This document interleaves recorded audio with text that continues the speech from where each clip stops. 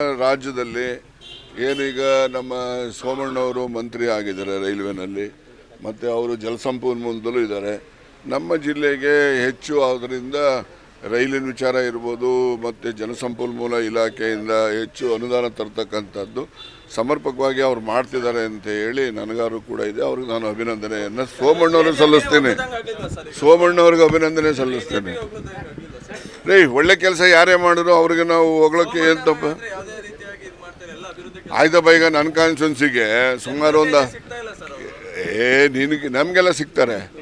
18 ನಿನಗೆ ಸಿಕ್ಕಲಿಲ್ಲ ಅಂದರೆ ನೀನು ಅಡ್ರೆಸ್ ಕೊಡಬೇಕಾದ್ರೆ ನಿನ್ನೆ ಹುಡುಕೊಂಬರ್ತಾರೆ.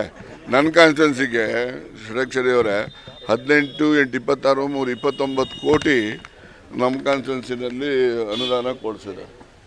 ಮುಂದೆ ಇನ್ನೂ 80 ಕೋಟಿ ಬರೋವಂಥದ್ದಿದೆ.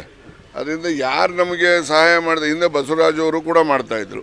ನಂಗಂದರೆ ಅವ್ರು ಮಾಡ್ತಾ ಇದ್ರು, ಇಲ್ಲ ಇವ್ರು ಮಾತ್ರ ಮಾಡ್ತಾವ್ರೆ ಅಂತ ನೀವು ಪ್ರಶ್ನೆ ಹಾಕಕ್ಕೆ ಹೋಗಬೇಡ. ಅವರು ಕೂಡ ಅವರ ಇತಿಮಿತಿನಲ್ಲಿ ಒಬ್ಬ ಲೋಕಸಭಾ ಸದಸ್ಯರಾಗಿ ಅವರು ಕೂಡ ಮಾಡ್ತಾಯಿದ್ರು. ಇವರು ಸಚಿವರಿದ್ದಾರೆ, ಅವ್ರಿಗೆ ಅವಕಾಶ ಇದೆ. ಕೇಳಿಲ್ಲ, BJPಲಿ ಒಪ್ತಿಲ್ಲ ಅಂತ ಅಂದರೆ ನೋಡಪ್ಪ, ನಾನು ನನ್ನ ಕ್ಷೇತ್ರಕ್ಕೆ ಸೀಮಿತವಾಗಿ ನಾನು ಹೇಳ್ತಕ್ಕಂಥವನು. ನನ್ನ ಕ್ಷೇತ್ರದಲ್ಲಿ ಅಭಿವೃದ್ಧಿಗೆ ಹಣ ಕೊಟ್ಟಿದ್ದಾರೆ. ಒಂದು 18.5 ಕೋಟಿ ಒಂದು ಬಾರ್ಡ್ನಲ್ಲಿ ಬರ್ತಕ್ಕಂಥ ಒಂದು ಬ್ರಿಡ್ಜ್ ಕಮ್ ಬ್ಯಾರೇಜ್, ಅದಕ್ಕೆ ದುಡ್ಡು ಹಣ ಕೊಟ್ಟಿದ್ದಾರೆ. ಟೆಂಡರ್ ಕರೆದರೆ ಕೆಲಸ ಶುರುವಾಗ್ತದೆ. ಇನ್ನೊಂದು 8 ಕೋಟಿ ಹಣ ಯಾವುದಕ್ಕದು 8 ಕೋಟಿ ಕೊಟ್ಟಿದ್ದು ಬ್ಯಾರೇಜ್, ಅದು ಒಂದು 8 ಕೋಟಿ, 3 ಕೋಟಿ ಒಂದಿದೆ. ಇನ್ನೊಂದು 80 crores ಕೂಡ ಒಂದು ಪ್ರಪೋಸಲ್ ಇದೆ, ಅದು ಕೂಡ ಮಂಜೂರಾತಿ ಆಗ್ತದೆ ಅಂತಕ್ಕಂಥದ್ದು. ಹಾಗೆಯೇ ರಾಯದುರ್ಗ ತುಮಕೂರು ರೈಲ್ವೆ ಕಾಮಗಾರಿನೂ ಕೂಡ ಎಲ್ಲವನ್ನು ಟೆಂಡರ್ ಎಲ್ಲ ಕರೆದಿದ್ದಾರೆ. ಈಗ ಅದು ಕೂಡ ಕಾಮಗಾರಿಗೆ ವೇಗವನ್ನು ಸನ್ಮಾನ್ಯ ಸೋಮಣ್ಣವ್ರು ಬಂದ ಮೇಲೆ ಸಿಕ್ಕಿದೆ ಅಂತಕ್ಕಂಥ ಸಮಾಧಾನ ಇದೆ. ಹಂಗಂದ ಆ ಕ್ಷಣಕ್ಕೆ ನಾನು BJP ಹೊಗಳ್ಬಿಟ್ಟೆ ಅಂತಲ್ಲ, ಸೋಮಣ್ಣ ಏನಾದರೂ ಬೈದರೆ ನಮ್ಮನ್ನು ಕಾಂಗ್ರೆಸ್ ಬೈದರು ಅಂತಲ್ಲ.